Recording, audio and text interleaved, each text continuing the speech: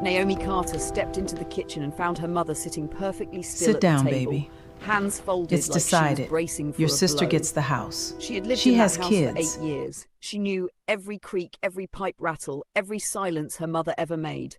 This one was different. This one had weight. "Sit down, baby," Evelyn said without looking up. Naomi sat, the worn manila folder on the table, chest tightened before a single word was spoken.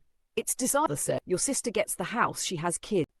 The refrigerator hummed. A car passed outside, and Naomi Carter, 46 years old, who had given up her apartment, her savings, and 8 years of her life to care for the woman across from her, felt the floor of her entire world tilt sideways.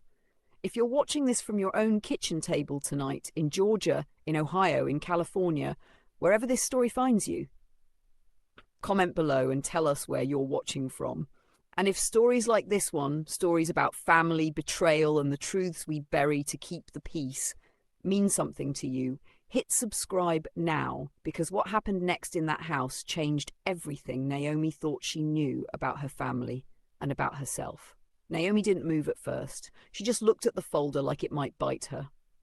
"Something," Evelyn said.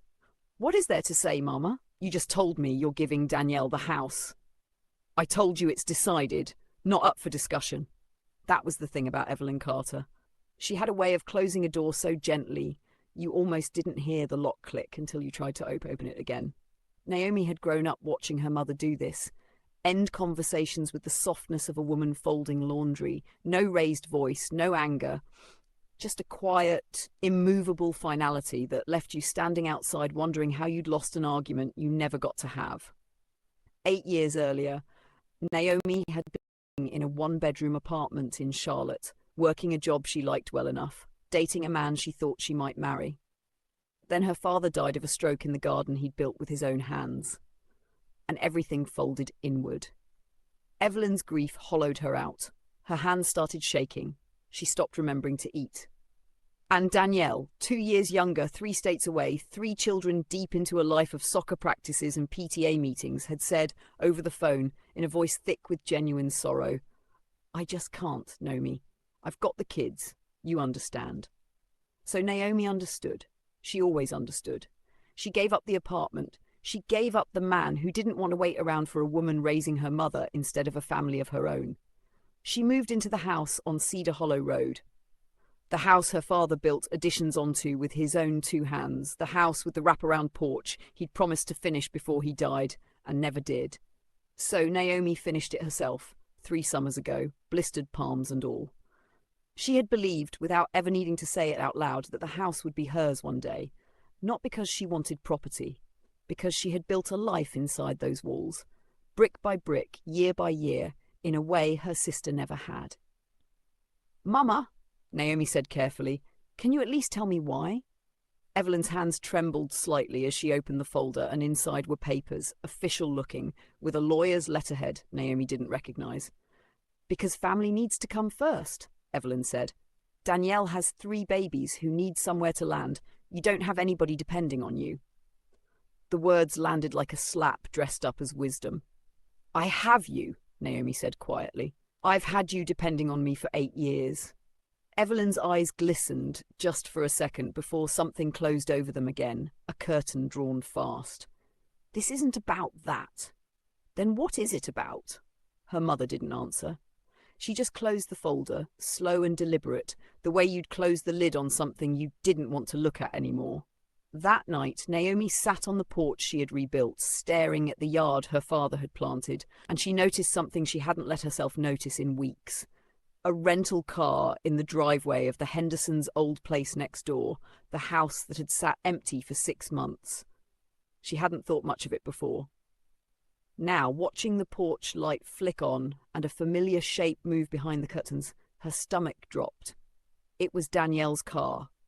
Danielle, who lived 4 states away in Phoenix, who called their mother twice a month if she remembered, who hadn't set foot in this town in over a year, was staying 200 feet from where Naomi slept, and nobody had told her. The next morning, Naomi made her mother's coffee the way she always did. 2 sugars, splash of cream, poured into the chipped mug with the faded rooster that Evelyn refused to throw away because it had been her own mother's, and set it down without a word about what she'd seen. She wanted to watch. She wanted to understand what she was actually standing inside of before she said anything else. She didn't have to wait long. At 11 that morning, a knock came at the door, and there stood Danielle, hair pulled back in the same effortless way it always had been, a bright, practiced smile stretched across her face like she hadn't been living 200 feet away in secret for who knew how long. "Naomi," she said, arms already open. "I wanted to surprise you." "You did," Naomi said, and let her sister hug her, arms stiff, eyes over Danielle's shoulder, catching their mother's face in the hallway. A face that did not look surprised at all. Something was happening in this house that Naomi wasn't being told about, and the not knowing was its own kind of pain, sharper somehow than the announcement itself. Over the following days, Naomi watched her sister move through the house like she already owned it. Danielle measured the width of the hallway with her eyes. She asked too casually whether the roof had been redone recently. She stood in the backyard one evening, hands on her hips, looking at the old oak tree their father used to hang a rope swing from, and said, half to herself, the boys would love a treehouse right there. Boys. Danielle's twin sons, 9 years old, and her daughter, 13, none of whom Naomi had seen in over 18 months. None of whom had sent so much as a birthday card the year Naomi turned 45 and spent the evening alone because their mother had fallen asleep at 7:30. "You're already planning the yard," Naomi said one night, unable to hold it in any longer, the two of them alone on the porch while Evelyn napped inside. Danielle's smile faltered for half a second before recovering. "Mama told you then?" "She told me it's decided. She didn't tell me you'd already moved in next door to watch it happen." "I'm not watching anything happen, Naomi. Don't make this into something ugly.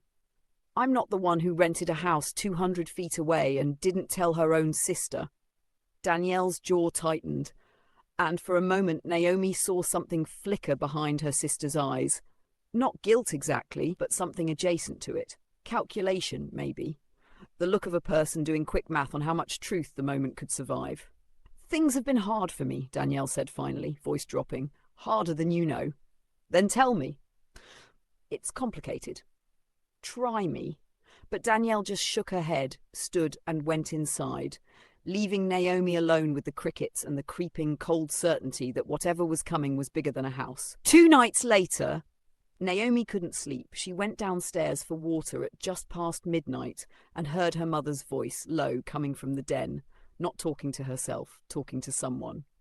Naomi crept closer, and through the cracked door she saw Evelyn on the phone, gripping it with both hands the way you'd hold something that might otherwise shake loose. "I know what I signed," Evelyn was saying, her voice thin and frightened in a way Naomi had never heard from her. "I know! Just give me time, please." Silence then. "I can't tell her yet. She'll never forgive me." Naomi's heart slammed against her ribs. She backed away from the door before her mother could see her, climbed the stairs 2 at a time, and sat on the edge of her bed in the dark, replaying the words over and over. "I know what I signed. She'll never forgive me." This wasn't about kids needing somewhere to land. This was about something else entirely. Something her mother was afraid of. Something that had teeth. If you've ever sat in the dark trying to piece together a truth someone you love is hiding from you, you already know exactly how Naomi felt in that moment, and you know it only gets harder from here. Take a second, hit that like button, and drop a comment if this story is starting to hit close to home for you, because what Naomi uncovers next is going to break your heart before it puts it back together. The next morning, Naomi did something she had never done in 8 years of caring for her mother. She went looking through the desk in the den, the old roll-top desk that had belonged to her father, the one Evelyn kept locked, though the key lived, badly hidden, in the same chipped rooster mug on the kitchen shelf, right where it had always been, right where Naomi had seen it 1,000 times without once feeling the need to use it. Her hands shook as she turned the key. Inside were bank statements, not Evelyn's usual modest accounts, the ones Naomi managed, paid bills from, watched shrink and grow with the small rhythms of a retired schoolteacher's pension. These were different.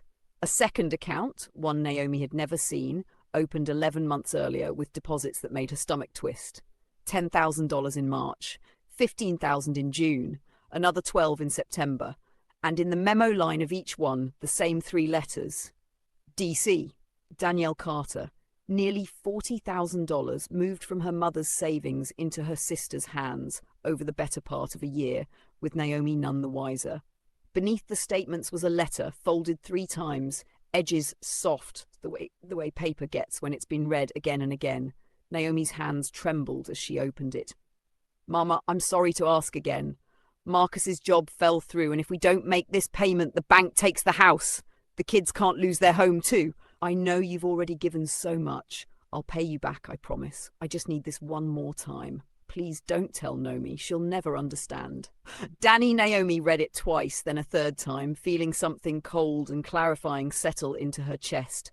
Danielle wasn't struggling with sentiment. She was drowning in debt, and she had been bleeding their mother dry for almost a year, quietly, secretly, while Naomi changed her mother's medications and drove her to doctor's appointments and sat beside her through every long, frightened night, completely unaware that behind her back, a different kind of emergency had been unfolding, one built on borrowed money and broken promises. And now Danielle needed more than money. She needed a house. A paid-off house, free and clear, that she could either live in or sell to cover whatever hole she dug herself into that $40,000 hadn't been enough to fill.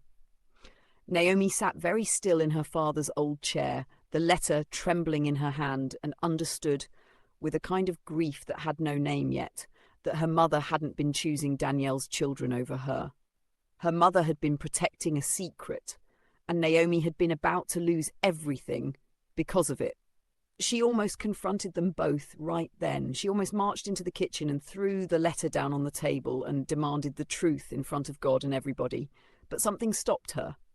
An old instinct, inherited from watching her grandmother navigate a family full of hard truths and harder silences. A woman who used to say, "You don't drown a snake in shallow water, baby. You wait till it swims where you can see the whole of it." Naomi's grandmother had raised 3 children through a husband's addiction and a house fire and a decade of scraping by, and she had done it by never showing her hand until she understood the whole shape of the game. So Naomi put the letter back exactly where she found it, locked the desk, returned the key to the rooster mug, and waited. She didn't have to wait long. 3 days later, a man Naomi had never seen showed up at the front door in a grey suit that fit a little too well, carrying a leather folder and a smile that didn't reach his eyes. He introduced himself as Richard Voss, an attorney representing Danielle in what he called the transfer of property. "There's no transfer happening today," Naomi said, standing in the doorway, blocking it with her body the way she might have blocked a door against a storm. "I understand this is emotional," Voss said, in the smooth, practiced tone of a man who had said that sentence to 100 other people, standing in 100 other doorways. "But your mother has already signed a preliminary agreement. I'm just here to walk through the next steps. My mother is 73 years old and has been treated for memory issues for the past 2 years, Naomi said, the words coming out sharper and more certain than she felt. Any agreement she signed without her full understanding isn't worth the paper it's printed on. Something shifted in Voss's face. Not quite worry, but close to it.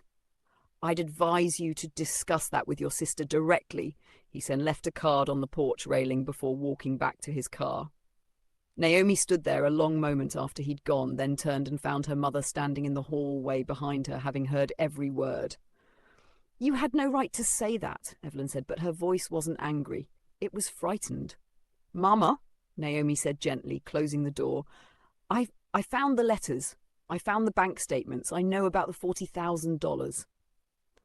Evelyn's face crumpled all at once, like a held breath finally released, and she sank into the hallway chair, hands covering her mouth.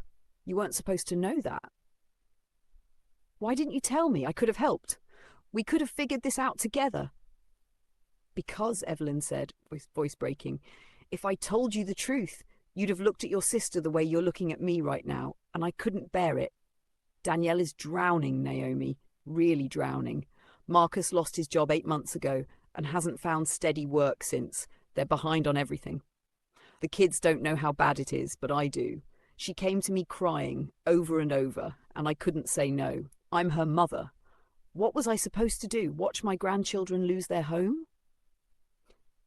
So instead you're taking mine. The word landed hard between them, and Evelyn flinched like she'd been struck. It was never supposed to be about taking anything from you, Evelyn whispered. Danielle said if she had the house, she could sell it, pay off everything, get a fresh start. She said you'd understand that you didn't need it the way she did, that you could always find another place. Another place, Naomi repeated, quiet, disbelieving. Mama, I gave up my life to be here. I gave up my apartment, my relationship.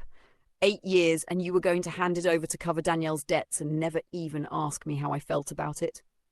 I was trying to protect both my daughters, Evelyn said, tears sliding freely now, and I didn't know how to do that without breaking one of your hearts.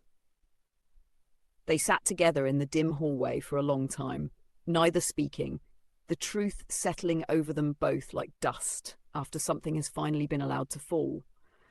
Sometimes the people we're trying hardest to protect are the ones who end up hurting us the most, and sometimes the people doing the hurting never meant to be the villain of the story at all. That's the part that makes this so hard. If this moment is stirring something in you, take a breath and let us know in the comments. Have you ever discovered a truth in your own family that changed the way you saw someone you loved? We read every single one. The days that followed were quiet in the way a house is quiet after an argument that hasn't finished happening yet. A held breath, a truce that both sides know is temporary. Naomi didn't confront Danielle directly. Not yet. She'd learned enough from her grandmother's old wisdom to know that a confrontation too early would only give Danielle time to build a better lie. Instead, Naomi started asking careful questions. She called the bank and learned that the preliminary agreement Voss had mentioned wasn't preliminary at all. It was a quitclaim deed, drafted and ready, needing only Evelyn's final notarized signature to transfer full ownership of the house on Cedar Hollow Road from Evelyn Carter to Danielle Carter Rise. The appointment was scheduled for the following Friday, 4 days away. Naomi also called a friend from her old life in Charlotte, a woman named Patrice, who had gone on to become an elder law attorney, and laid out everything. The memory issues, the undisclosed payments, the pressure, the secrecy. This has the shape of undue influence, Patrice said carefully after listening to the whole story without interruption. If your mother's cognitive state is documented, and there's evidence she was pressured or misled into signing away a major asset, that deed could be challenged. But Naomi, you need more than suspicion. You need proof. Proof. Naomi turned the word over in her mind for the rest of that day, and by evening she had a plan that made her stomach hurt just thinking about it. She needed to hear her sister say it out loud, without knowing anyone was listening. The opportunity came 2 nights later. Evelyn had gone to bed early, worn thin from the stress of the past week, and Danielle came over just to check on Mama, a phrase Naomi had come to understand as code for just to make sure the plan is still moving forward. Naomi met her sister in the kitchen, poured 2 glasses of wine, and did something she hated herself for even as she did it.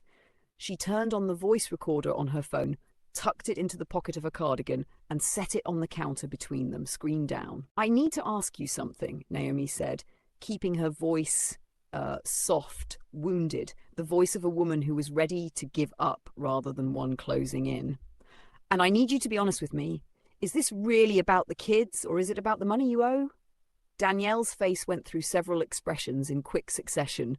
Surprise, defensiveness, and finally something that looked almost like relief. The exhaustion of a person who has been lying for so long that the truth, even a partial one, comes as a kind of mercy. It's about both, Danielle admitted, voice low. We're going to lose our house in 6 weeks if I don't come up with $200,000, Naomi. Marcus hasn't told the kids. I haven't told anyone but Mama. If I get this house, I can sell it, save ours, and start over. I know that's not fair to you. I know it. but I didn't know what else to do. You could have told me, Naomi said. We could have found another way. What other way? Danielle's voice cracked. You don't have $200,000 sitting around either, Naomi. Nobody does. This house was the only thing either of us had that was worth enough to fix it. So your plan was to take the one thing I actually have, Naomi said, and never tell me the real reason why. Danielle looked away, guilt finally breaking through the careful composure she'd worn all week. I told myself you'd forgive me eventually. That family always finds a way back to each other. Family doesn't lie to each other for a year, Danny. Family doesn't rent a house next door just to watch and wait for the deed to sign over. Danielle's head snapped up. You knew about that? I know about all of it, Naomi said quietly.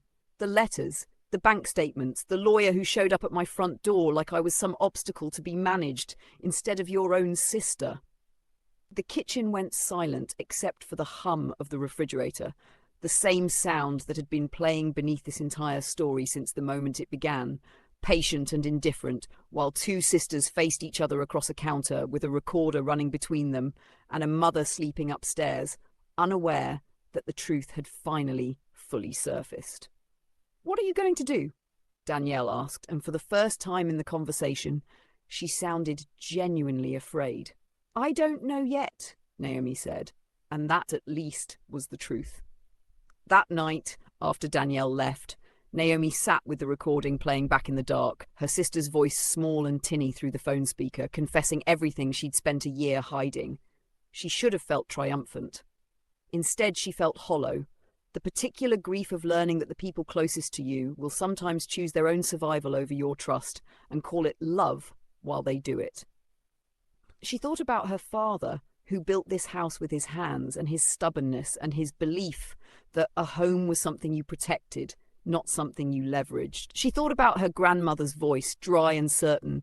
A house built on a lie doesn't stand long, baby, no matter how good the paint job looks. And she thought about the Friday appointment, 3 days away now. Whatever Naomi decided to do next would determine not just who owned a house on Cedar Hollow Road, but whether this family survived what had been done to hold it together. Everything Naomi had believed about her place in this family was about to be tested in front of everyone who mattered. And what happens at that notary's office is going to leave you speechless. Before we go any further, if you haven't already, hit subscribe, because stories like this one, stories that pull back the curtain on the secrets inside ordinary families, are exactly what this channel is built on, and you do not want to miss what's coming.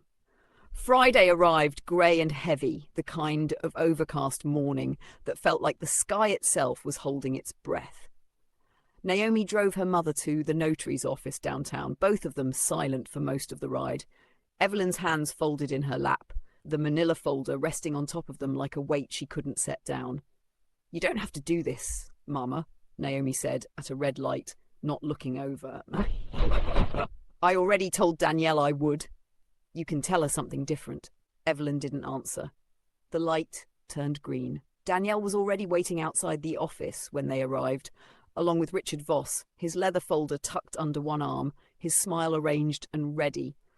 Naomi helped her mother out of the car, feeling Danielle's eyes on her the whole time, searching her face for some sign of what had been decided, what Naomi intended to do with the recording, the letters, the truth she now carried like a loaded weapon she hadn't yet chosen to fire. Inside, the notary's office was small and fluorescent lit, a waiting room with uncomfortable chairs and a receptionist who barely looked up. Voss laid the paperwork out on a small conference table, the deed on top, a pen resting beside it with theatrical precision, as though the moment itself had been staged for maximum inevitability. Whenever you're ready, Mrs. Carter, Voss said. Evelyn's hand hovered over the pen. She looked at Danielle, whose face was tight with hope and something like desperation. She looked at Naomi, whose face gave nothing away at all. Before you sign anything, Naomi said, voice steady, cutting through the fluorescent hush of the room, I think everyone here deserves to hear something. She set her phone on the table and pressed play. Danielle's voice filled the small room, clear and unmistakable. It's about both. We're going to lose our house in 6 weeks if I don't come up with $200,000, Naomi. The recording continued. Every word of the confession Danielle had made in that kitchen 2 nights earlier, laid bare in front of the notary, in front of Voss, in front of their mother, whose face went the colour of ash as she listened to her younger daughter's voice admit in full exactly what had been happening for the past year. "Turn it off," Danielle said, standing so fast her chair scraped against the tile. "Turn it off, Naomi. You had no right." "I had no right." Naomi's voice finally cracked, all the careful control of the last week breaking loose at once. "You lied to me for a year. You took $40,000 from a woman with memory problems and told her not to tell me. You rented a house 200 feet from mine and watched me every single day like I was a problem to be solved instead of your sister. And you want to talk to me about rights?" The notary, a young woman clearly unprepared for the scene unfolding in front of her, quietly slid the deed back into its folder and said in a careful professional voice, "I think we should reschedule." Voss, to his credit, looked as though he very much wished he had never taken this case. He gathered his things without a word and left. That left the 3 of them, Evelyn, Danielle and Naomi, standing in the small fluorescent room, the recording finished, the silence afterward louder than anything that had come before it. "Is it true?" Evelyn asked her younger daughter, voice barely above a whisper. "All of it?" Danielle's composure finally shattered completely, tears spilling over as she sank back into the chair. "I didn't know what else to do, Mama. I was so scared. I didn't want you to be disappointed in me. I didn't want Naomi to think I was a failure. So instead, you let me think you were choosing your children over honesty," Evelyn said, and for the first time in the entire ordeal, there was real anger in her voice, sharp and cutting. "You let me almost sign away your sister's home to protect your pride." "I was trying to protect my family," Danielle said, sobbing now. "Isn't that what you always taught us? Family comes first." "Family comes first," Evelyn repeated, quiet, devastated. "Not family comes first while you deceive the people who love you most. There's a difference, Danielle. There's always been a difference, and I think somewhere along the way I forgot to teach you where that line was." Naomi stood back and watched her mother and sister unravel in front of her and felt something complicated move through her chest. Not victory, not vindication, but a grief so old it felt inherited, passed down through generations of women in her family who had learned to hold secrets like stones in their pockets, weighing themselves down rather than risk the discomfort of the truth. She thought of her grandmother again. A house built on a lie doesn't stand long, but a family built on silence didn't stand much longer either.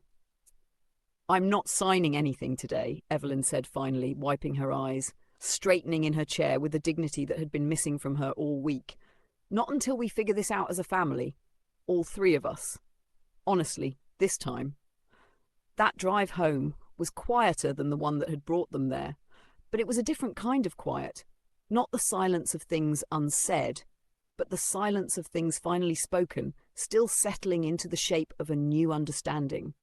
If you've ever had to choose between protecting someone's feelings and protecting the truth, you know exactly how heavy that car ride home must have felt.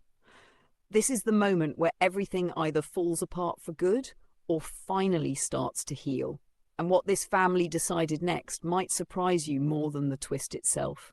It took 3 weeks for the full picture to come together. 3 weeks of hard conversations at the kitchen table, of Marcus finally being honest with Danielle's children about the state of their finances, of a family financial advisor Naomi insisted on bringing in, a calm, no-nonsense woman named Regina, who laid out every option on the table without judgment. What emerged from those weeks wasn't the clean, simple resolution any of them had hoped for. It was something more complicated and more honest. The house on Cedar Hollow Road stayed in Evelyn's name, with a new legal document. One Naomi had a hand in reviewing this time, sitting beside her mother at every step.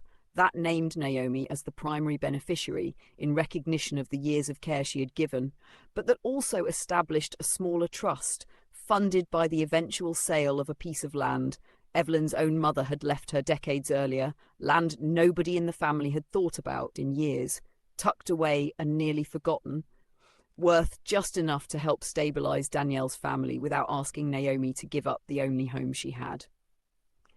It wasn't everything Danielle needed. She and Marcus still had to sell their larger house and move into something smaller, a hard blow to pride, but not to survival. The children were angry for a while, confused by the sudden change, but Danielle, for the first time in the whole ordeal, chose honesty over image, sitting her 13-year-old daughter down and telling her the truth in language a 13-year-old could carry without breaking under it. And Naomi kept her house. But more than that, she kept something she hadn't realized she'd been slowly losing over 8 years of quiet sacrifice. The sense that her own needs mattered enough to fight for. The last time all three women sat together on that rebuilt porch, the one with the wraparound railing Naomi had built with her own blistered hands, the evening light was soft and gold, the kind that made even old wounds look a little more bearable. "I should have told you the truth from the beginning," Evelyn said, watching the sun drop behind the oak tree her husband had planted decades before. "I thought protecting you both from each other would keep this family together. All it did was almost tear it apart." "You were scared?" Naomi said, and found to her own quiet surprise that she meant the forgiveness in her voice. "We were all scared of something." Danielle, sitting on the porch steps below them, looked up with eyes that were finally fully honest. "I'm sorry, Naomi, not because I got caught, because I should have trusted you enough to ask for help instead of trying to take what I thought I needed." "I would have helped you," Naomi said, "if you'd just asked. I know that now." The three of them sat there a while longer, the crickets starting their evening chorus, the porch light flickering on automatically as the sky darkened. And Naomi thought about all the years she had spent believing that love meant silence, that sacrifice meant disappearing, that being the responsible daughter meant never asking for anything in return. She thought about how close she had come to losing everything, not just a house, but her own sense of what she was worth. Simply because no one in her family had learned how to ask for help without first reaching for a lie. Somewhere, she knew, her grandmother would have had a saying for this too. Something about how the truth is a heavy load to carry alone, but it gets lighter the moment you finally set it down in front of the people who love you. Naomi never did find out exactly what that saying might have been, but she didn't need to. She had lived it instead. And that, she decided, watching her mother and sister finally breathe easy beside her for the first time in months, was its own kind of inheritance, one no deed or document could ever take away. Before you go, subscribe, share this story with someone who needs to hear it, and tell us in the comments the biggest lesson you're taking from Naomi's story tonight. Because if there's one truth this family learned the hard way, it's this: the secrets we keep to protect the people we love are often the very things that end up hurting them most. And the families that survive aren't the ones without struggle, but the ones brave enough to finally tell each other the truth.